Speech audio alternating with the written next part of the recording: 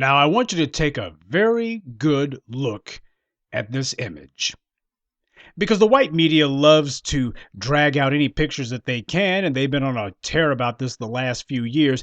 Anything that they can find to have a black person shown basically in a subservient position towards the police, making nice with the police, especially black youth. This is damnable to be doing this. You got white supremacists who have thoroughly infiltrated law enforcement at all levels in the United States. You got police chiefs who happen to be dyed-in-the-wool white supremacists. Right now, you got one police chief from New Jersey, Bordentown, New Jersey, clown called Frank Nuncera. This guy's on trial right now for assaulting a black child, a police chief who did this, spewing all sorts of anti-black racial invective. Oh, and he lied to the FBI, by the way. Oh, this is the top cop in Bordentown. And this is what the police do towards black children.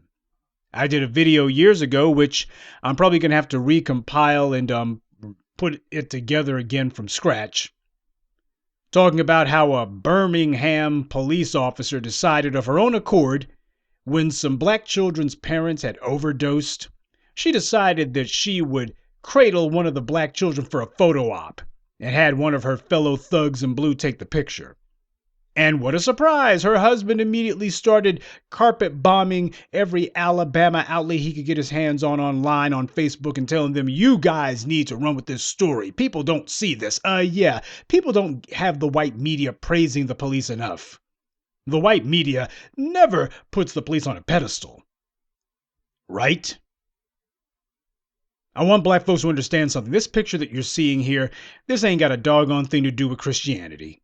Black folks are the masters of trying to hide behind Christianity in order to conceal our cowardice. There is nothing Christian about trying to make nice with white supremacy's attack dogs. Ain't nothing Christian about it. You read your Bible, which most black people don't.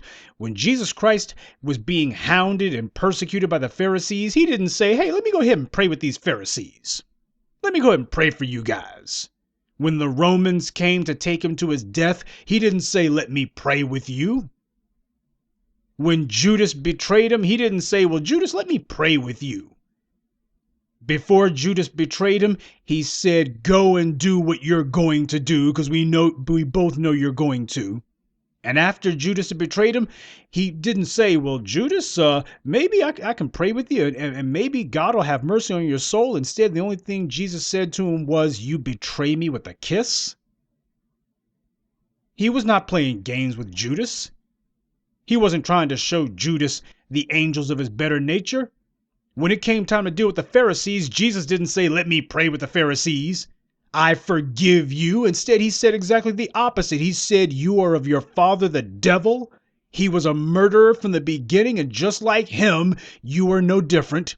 And y'all all going to hell. That's what he told the Pharisees. You see, that's what happens when you actually decide to see how Jesus dealt with those who were adversarial toward him. Did he forgive people? Only the ones who actually wanted to be forgiven. Those are the people that he saved his forgiveness for. He saved grace for the ones who actually wanted it. For the ones who were out here doing bad and who were completely unremorseful, he wasn't in a forgiving mood for that. You see, a lot of people, they like to use the Bible and selectively read it, especially black people. Why aren't you standing up to white supremacy? Well, it's because of forgiveness, and I'm going to leave it in the hands of God. Funny, you never do that with black people. With black folks, it's hands-on. Can't wait for God. Jesus moving too slow. But when it comes to white supremacy, when it comes to not standing up to white supremacy, well, that's because we're leaving it in God's hands. Black people are the only ones who hide behind false piety, and we think we're fooling someone. We're not. White supremacy can see that black folks have this mental block, and it's not a matter of black folks are scared of prison. We lead the league in white supremacy locking us up, so prison is clearly not what scares us. We're not afraid to die for something, especially if it's ego or pride in the hood. We got no problem dying for that. or dying on behalf of the white media, giving us a pat on the head because we did something that made white folks say, oh, you're a good Negro. We'll die for that. We'll die for approbation from the dominant society. We'll do that. But what about fighting white supremacy? Whether it's the alt-right thugs or the thugs in the police. Well, black folks, we're hiding, we're running for the hills. We can't do that.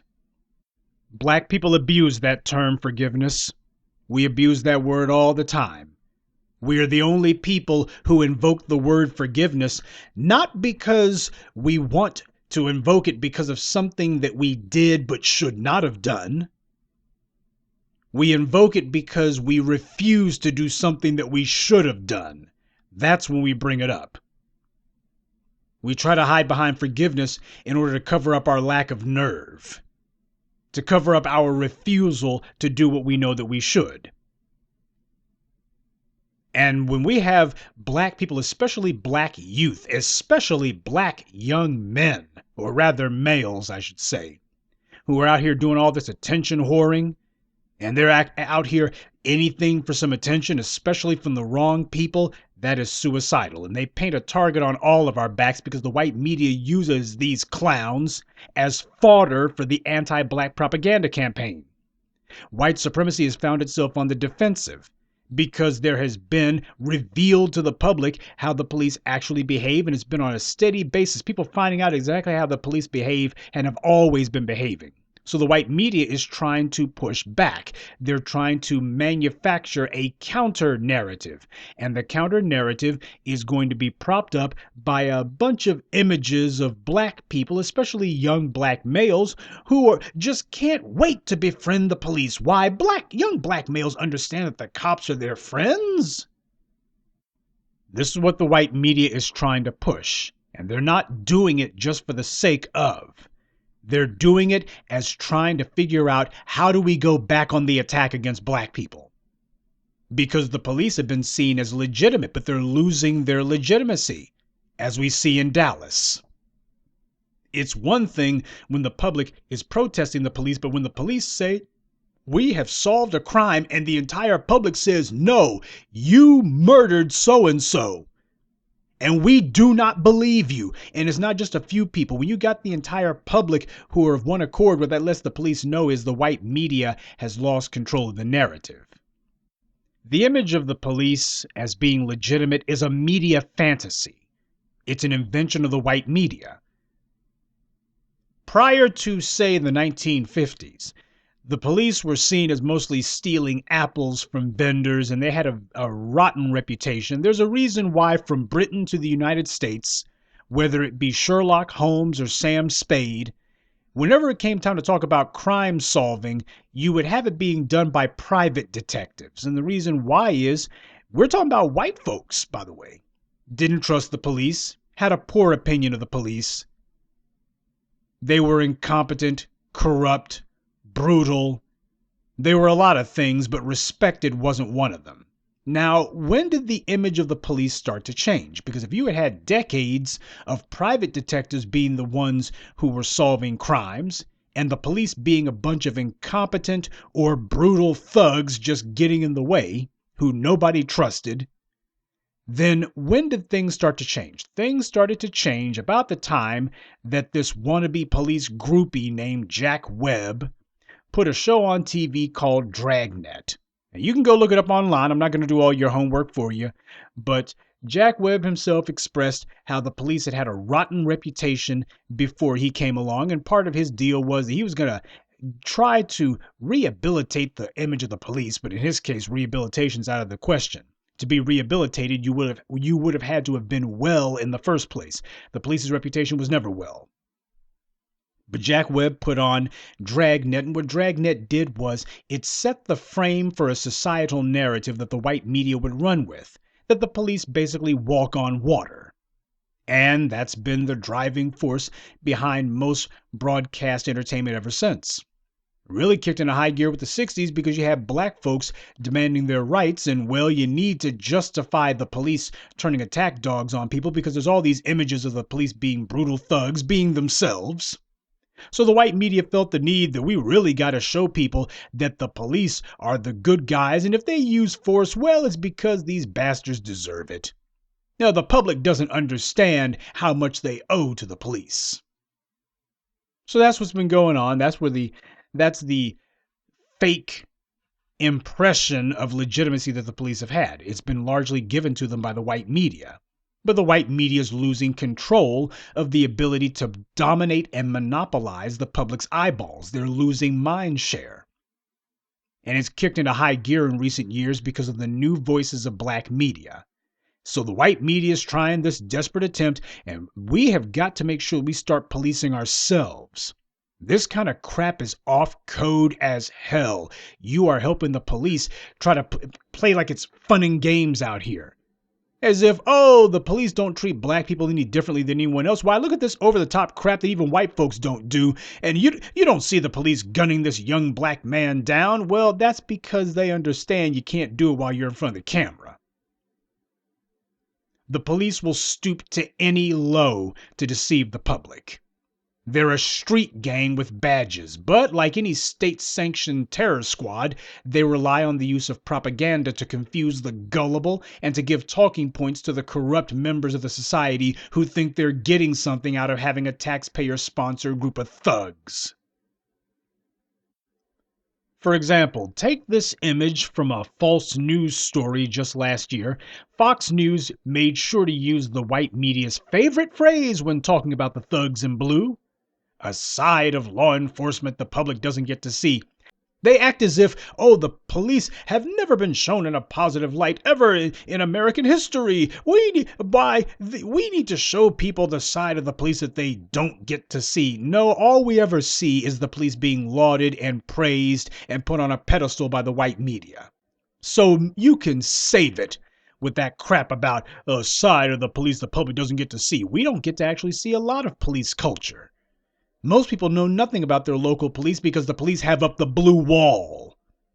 So if the local members of the gendarmerie want to know, well, why is it that the public doesn't get to see this side? It's because of the police. The police always have that blue wall up. They got the blue wall up because they don't want the public to see what the police really do. Now, this image happens to be of the Dallas Police Department only a few months before they murdered Botham Jean. Now, in the photo that False News posted on Twitter, they show a black baby in the clutches of a police officer. Amazing that the child survived. And the white media plays it as if only this white cop cared about the child on the scene of the crash. Only the white cop cared because only white cops do care. But it's only when you see the video itself, and I got a still image from that video. When you take a look at the actual video itself, you see that predictably False News cropped the image. That way they could cut out the image of the black officer who's also holding one of the baby's siblings. This is what you get from the white media. The white media is literally only giving you half the story.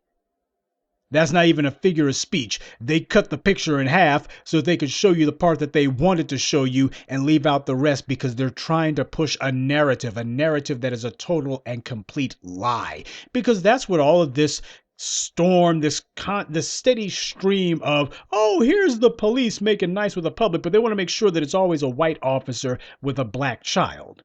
Can't be an Asian officer. Can't be a black officer with an Asian person, with an Asian citizen. It's got to be a white cop with a black person, especially a black child. They're trying to figure out how to use black babies in specific to pull the heartstrings of the public, but what also gets delivered is the message of, well, you need these white cops to take care of these black babies because these black parents aren't doing it. Or these black parents would be helpless without these good white cops. That's the subtext being given. That's what the dominant society takes away from it. Why, if we didn't take care of these little nigger babies, who the world would? These black parents certainly aren't qualified to do it. Oh, they didn't have a chance without us. That's the message being delivered. So anything the cops choose to do is okay because, well, they took a photo op with a black baby once. This isn't about cops caring about children. It's about manufacturing a PR stunt to protect white supremacists in law enforcement.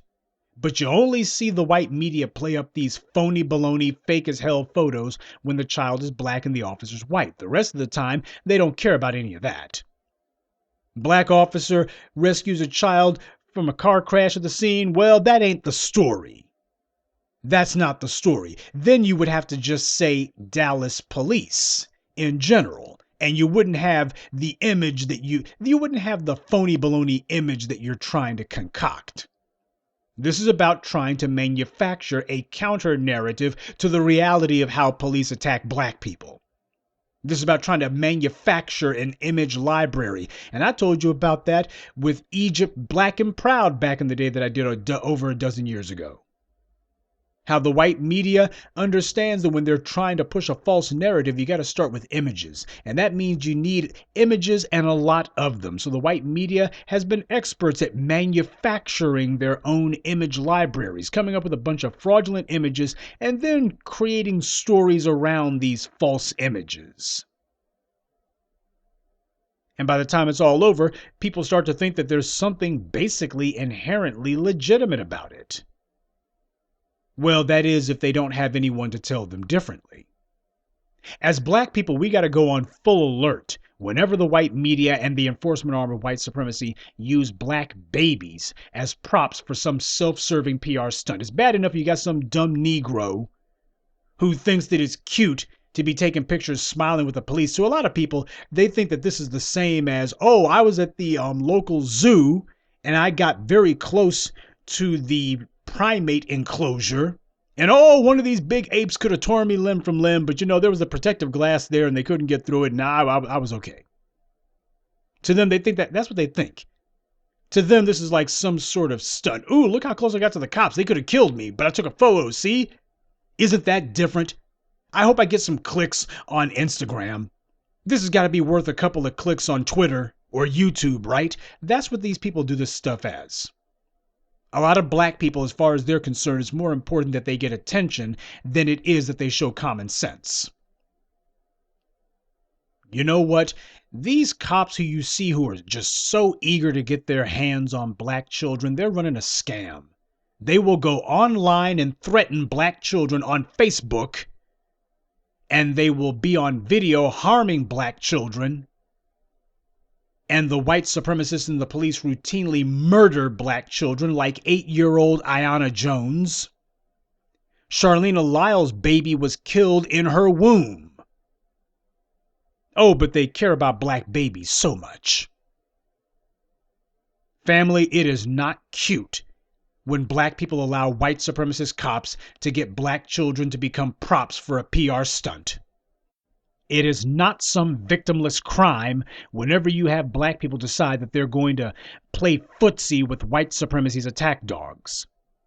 When you got black people who think that it's cute because they know that the white media will cover it. Black people know that if they make nice with the members of the local clan, or if they go to the police, they already know that the white media is drooling on itself to try to do some sort of feel-good nonsense about the police. Oh, the police should just walk on water. Oh, they are God's gift. Black people know that. They understand how the place that the police occupy in the minds of the dominant society and the white media.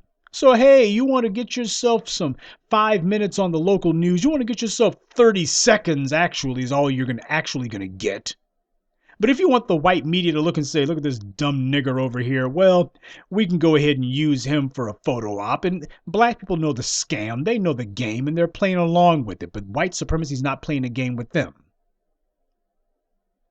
And as a people, we cannot afford to take this kind of crap lightly.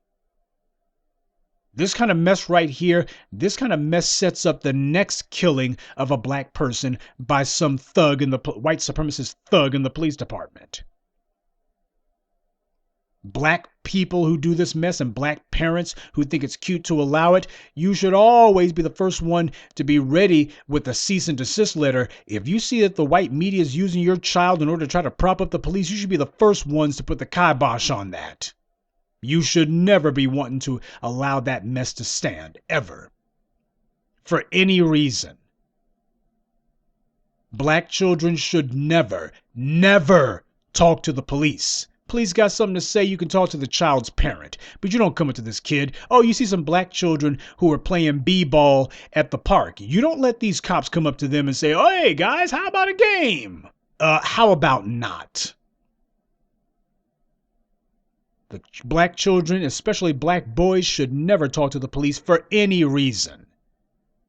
These white supremacists who got their hands on badges, they are not your friends. They are the enforcement arm of white supremacy.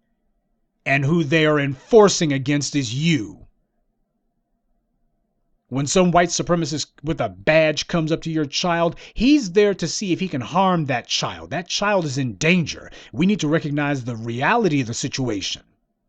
They are there, as far as they're concerned, they're gathering information on the local black children in the area. Oh, I'll go up to these kids and I'm going to see about finding out what their names are. Find out if they'll tell me something, preferably about their parents. See if I can get some information. That's what they're doing. They're not coming up to these kids for any other reason than that. And these Negroes who think it's cute to do some attention-whoring stunt in the hopes of going viral, these morons will wind up like Stephon Clark and Stacey Dash. Stephon Clark, he thought that it was cute to do that Blue Lives Matters crap. He was out there doing the whole Blue Lives Matter line. And he wound up going viral in a video with the police. Just not the way he would have thought. Stacey Dash, she was doing the same crap. And when her white husband decided to call the police, Stacey Dash went viral too because of her interaction with the police. Just not the way she would have liked and not the way she would have thought. See, when you decide that you're going to play with the viper, you will always wind up getting bit. That's the reason why I did that video essay about how the white supremacist police in Birmingham used a black baby as a prop. And they methodically, deliberately, calculatingly, with cold, ruthless efficiency, contacted every white media outlet they could because they were trying to find a way to get some attention for this. Only a couple thousand people actually cared to bother about the story, but with the white media, when it's something that they're trying to make into a thing, the bar for what constitutes as going viral can never be too low. 5 people looked at something. Oh, it's going viral. Viral used to mean that hundreds of thousands of people saw something. No, not with the white media. At the very least, I would think if tens of thousands of people saw something, but for something to go viral means that it was over, above, and beyond. It dominates mindshare online. But with the white media, nah, they use that term just to stick it onto something that they want to give attention to. To them, it's nothing more than opportunistic branding. And they're trying to milk it for everything it's not worth. This is the white media doing the ethno-propaganda equivalent of not all cops are like that. Well, where are the stories about the good cops who ran the bad cops out of the police department?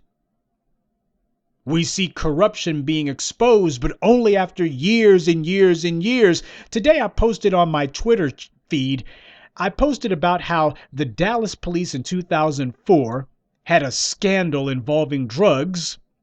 They planted 330 kilos of cocaine on unsuspecting citizens. Innocent citizens who the Dallas PD planted 330 kilograms of cocaine on. By the way, that's 150 pounds. That's what 330 kilograms are. It's 150 pounds. That was back in 2004 when they were doing this. I thought it was important to recover that story because I wanted black people to know that when the Dallas PD tell you, hey, we found 12 pounds of marijuana in Joshua Brown's apartment, well, before you get ready to say, oh, well, that must mean something, keep in mind that Dallas PD planted 10 times that much. Planted 10 times that much on innocent citizens. Now, what does that tell you about the Dallas PD's narcotics vault? What does that tell you about the Dallas PD's narcotics lockup? What that tells you is they keep a huge stash of drugs on hand. You run off with 150 pounds worth of cocaine and nobody noticed. What does that tell you? They don't use drugs as some sort of evidence in court. They use it as a means to make cases on people. This is how they get to lock people up. It's used for that and nothing else. It ain't about getting drugs off the street. It's about having a pretense for what it is that they really want to do. The white media is a fraud. And in many cases, you've got black people allowing black children to play along with the scam. Or you got some empty-headed Negroes who think that it'll be something cute to do, because as a black person especially, you know that with black people with the black media exposing the truth about the enforcement arm of white supremacy, if you're a black person with more ego than sense, you know that all you got to do is take a picture with some white cops and the white media will immediately spread that. You get to have some attention. Look at me, woohoo! Because dumb Negroes love attention, especially from non-black people. They'll risk their lives, or the lives of their children, or the lives of other black people to get some chumps online to acknowledge their worthless existences. They're playing with fire here. And we as a community, we as a people are the ones who wind up getting burned. Setting up the next act of anti-black police violence. We must be clear about the police's anti-black racism, not playing footsie with them. White supremacy depends on dumb Negroes to help them create and spread lies that the police aren't as bad as all that, as if anti-black racism by the police is only limited to the proverbial few bad apples. These dumb Negroes who do this, they think that if they make nice with the race soldiers, that they won't be the thugs and blues' next victim. That's what this is really about. This is equal parts attention whoring and cowardice. It is betrayal of the black community because the police are not sitting there thinking, oh, what a feel-good moment. What they're thinking is good. The white media is going to post this online, and we're going to have some push and pull going on because white supremacy depends upon confusion, creating confusion in order to perpetuate itself. Well, I saw this video of the police gunning down an unarmed black man, and the black community is up in arms, but here we got two stories about two black kids who are shaking hands with the police. You got this one over here praying with Florida police. Well, it's kind of a wash, you know. I guess the white media is right when they say that it's more complex than that. You know, you can't just say that the cops gunning down black folks left, right, and center is the whole of the story. Why, here's a picture of a black person praying with the police and they didn't gun him down. Oh, well, I guess that must mean that, as the white media loves to say, it's just a few bad apples. The police as an institution are not anti-black. It's just a few bad apples. No, we're going to have to make sure the black folks who decide to deliberately or inadvertently, and I put inadvertently in quotes, because black folks who are out here doing this mess, they know exactly what they're doing. And putting black children up to this as if the black child looked and said, oh, I just want to go door to door trying to find every police officer I can and shake their hand. When the hell's a black child ever decided they want to go door to door and looking for civil servants who they can shake the hands of? Black children do not do that. That is something that they're put up to by their stupid parents. Because their parents know that the white media will have cameras in tow. And ain't it interesting how it always goes like that? Whenever you got some black person out there who does some habitual attention whoring with the police department, the white media's cameras are never far behind. Half the stuff that you see going on is staged. You ain't got to dig very far to find out that a lot of these clowns who allow themselves to be used as props for the white media's pro-police PR, many of these people have direct ties with the police. They think that it's cute. Making nice with these guys is not going to make the police less reluctant to harm you. Stephon Clark tried that. How'd it work out for him? But this is what the cowardly and the stupid do. Intelligence requires hard work, and dumb Negroes are scared of hard work, so they resort to half-baked schemes and stunts like this. White power gives them a pat on the head and they think they're winning, but all they're really doing is just setting themselves up and setting up other black people. Under white supremacy, nothing happens in a vacuum. These attention-whoring PR stunts, to the Negroes who take part in it, they may think to themselves that it's an end unto itself. Hey, the local news station talked about me. Or, hey, I was on Yahoo, buried somewhere in Yahoo News. Hey, they posted a story about me on Fox News' website. So people know my name. There's some people who actually know my name. Yeah, until the next attention-whoring Negro comes along in 5 minutes. It's like waiting for the freaking bus. Yeah, you're going to have people's eye until 5 minutes from now, till the next fool comes along. White media knows exactly the game that they're playing, though. This is not about feel good. This is about counter PR, some sort of propaganda to counter the reality of what the public knows about the police. Now that the police are being exposed, we got to manufacture some sort of counter narrative. Well, we have got to push back hard as hell with the truth. This stuff is not okay. As a people, we must exercise a zero tolerance policy regarding playing along with the white media's attempts to confuse the public. The violent nature of the white supremacists in the police, that is not something to play around about. And we cannot tolerate anyone deciding that they're going to give cover to the white supremacists. If the police want their reputation to improve, then they're going to have to do it themselves. And what that means is cleaning out the white supremacists. But how can they do that when the police chiefs themselves are white supremacists? Negroes who use pictures with the police as a form of attention whoring, they gotta be called out. And we have to go on 3-alarm ballistic when the white media uses black babies for their PR. There should be lawsuits flying left, right, and center. This is child exploitation, full stop. The only images, words, or gestures of support for the police that should be out there, they can only be legitimate if they come from us. And since the police have acted reprehensibly, we will never put forward such images.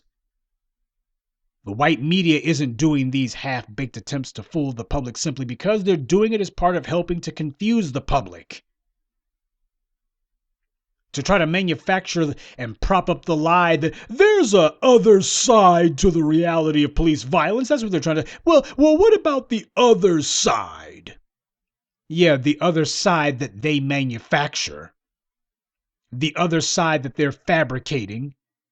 The other side that they're making up out of whole cloth. A picture is worth 1,000 words, but nobody ever said the 1,000 words were not lies.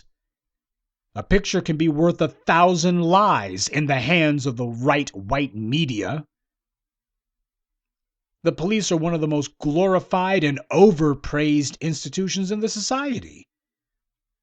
Who the hell has run on what politician or political candidate has ever run on a platform of punishing the police for their crimes?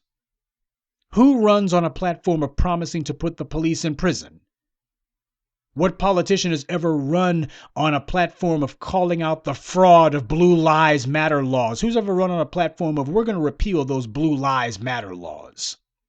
Who's run on that platform? What media personality has called out the police? Who in the white media takes on the police? Who can you think of in the white government, white media, or so-called black organizations who's on a crusade against the police? No one. Even so-called black organizations, they're not on a crusade against the police. They're not on a crusade against police violence. Nobody is out there actually taking on police corruption. Nobody. So what's this other side business? Seems that the pro-police side is not merely well represented. That's the only side we ever get to hear about. It's only in the last few years that we've actually gotten the other side. The police's anti-black violence, that is the other side.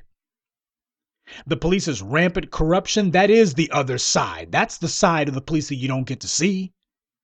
All you get to see is CSI and Law and Order, where it's nothing more than one sloppy kiss after the next being given to the police. Oh, how great thou art. No, we're finally getting the truth now. People are finally seeing the other side, the real side, the side that the white media won't show them. So the white media is going, oh, we gotta cover the public's eyes again. We gotta blind the public again. Oh, we know. We'll just go ahead and find some attention-whoring Negroes. Sadly, there's no shortage of those. And hey, here's some idiots who think they'll get some attention by taking some photos with the police. Let's go ahead and prove them right, and let's encourage more of this garbage. Why put out propaganda like this when no one is challenging the police?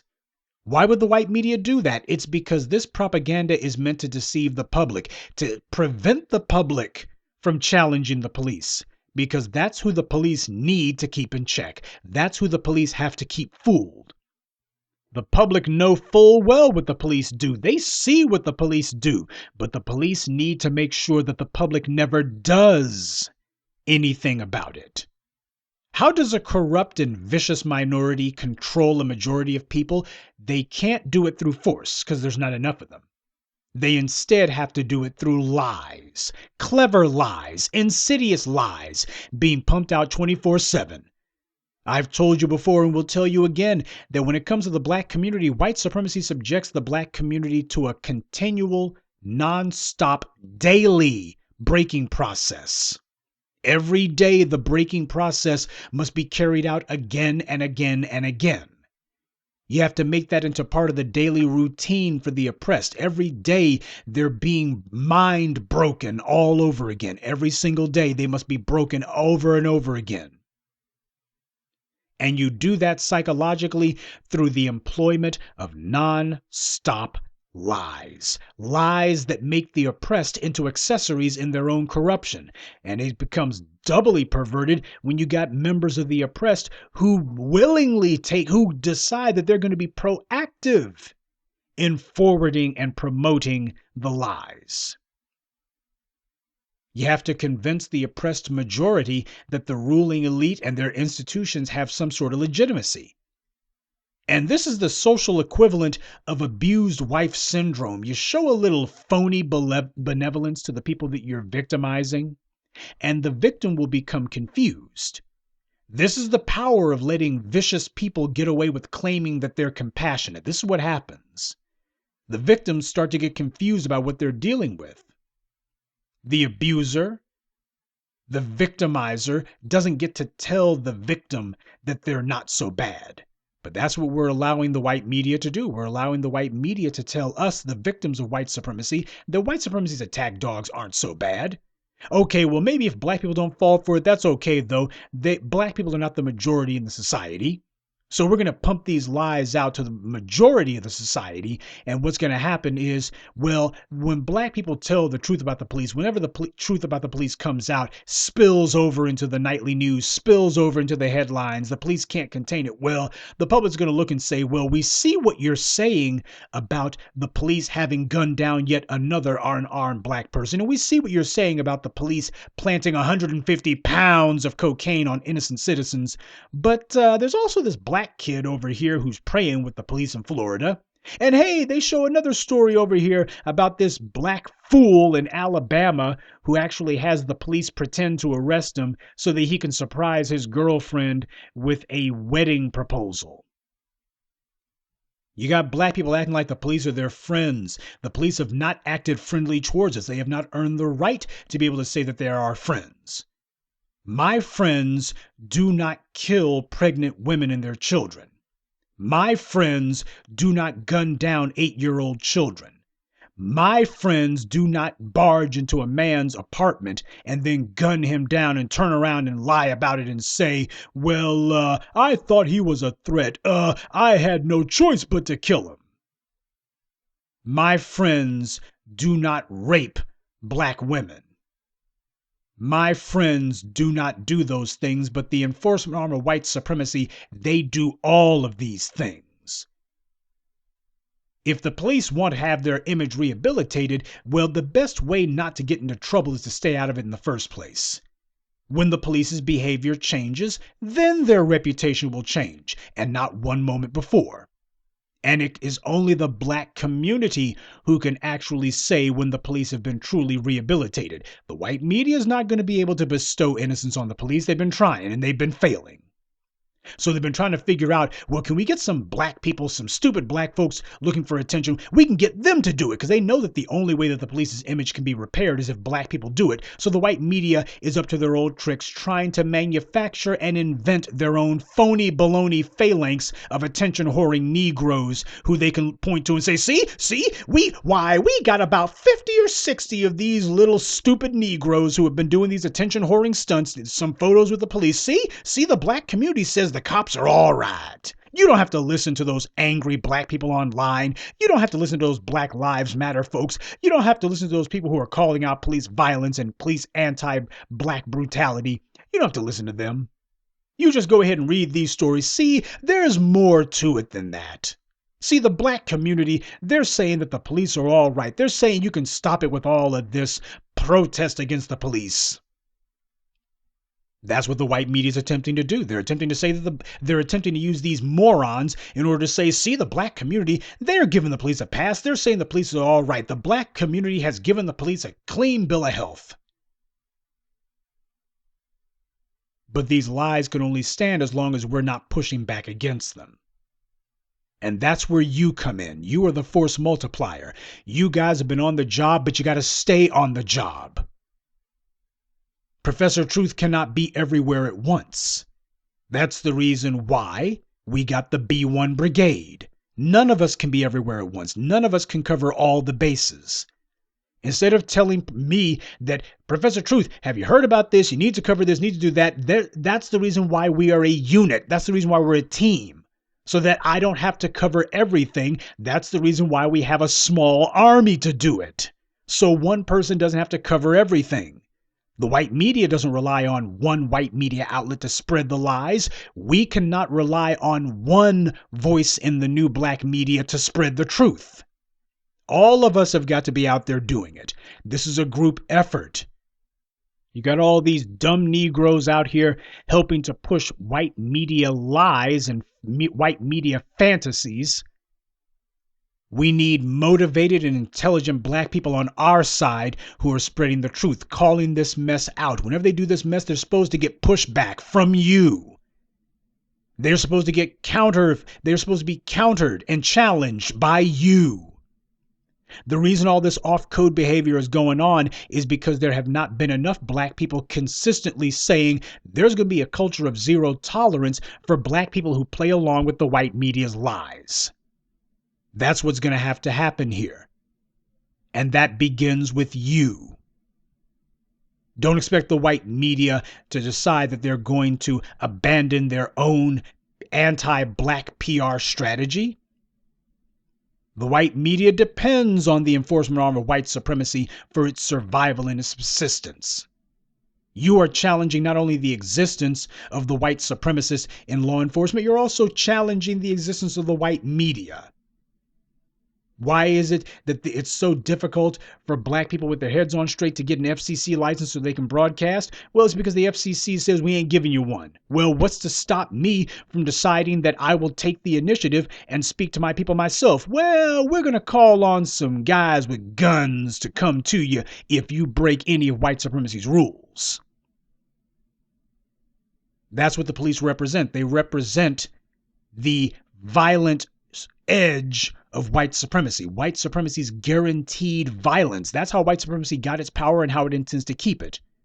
Through the reliable and predictable use of violence. And that's where the enforcement arm of white supremacy comes in. It's an enforcement arm with an iron fist meant to bludgeon and batter you into submission. So the white media is looking and going, hell, we can't continue telling these lies if there's people who are able to meet us on equal terms and tell the truth. So we're going to have the enforcement arm of white supremacy that will make it where whatever we say goes because we got guys with guns who will make sure of it. So it is not harmless when we got Negroes playing along with that. They are playing a deadly game with all of our lives. And it becomes especially perverted and unacceptable when you got the thugs in blue decide that they're going to Shanghai black babies for their PR stunts. They will sit there and take a picture with a black baby and then turn right around and gun down Charlene Lyles, knowing damn well that this woman's several months pregnant. They will take a photo with a black child and then go online, as some of those thugs in blue were doing, and say, you might want to hug your children extra tight tonight because we know where you live. They do that mess. Amber Geiger's, she could not get enough of ridiculing black people and threatening black people's lives. She couldn't get enough of that mess running black people into the ground. Do you think that if Botham Jean was, say, a 14-year-old black teenager, that she would not have shot him dead? You really believe that? The police have killed black children on the regular. That's the reason why I find these photos to be particularly galling. This is the result of black people who have abandoned their sense and black parents who have abandoned their morality. Well, we have not abandoned ours. You see this mess, you call it out. Because this kind of behavior is not just annoying, it's not just off-putting, it's not just unseemly, it's not just inappropriate.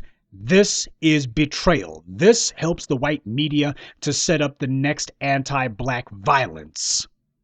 That's what's going on here. We have to understand it for what it is and call it for what it is. And the people who do this mess, they need to understand that they are out of order. They need to understand that this is unacceptable. They need to understand that they may be content to play footsie with white supremacy's foot soldiers, but we are not.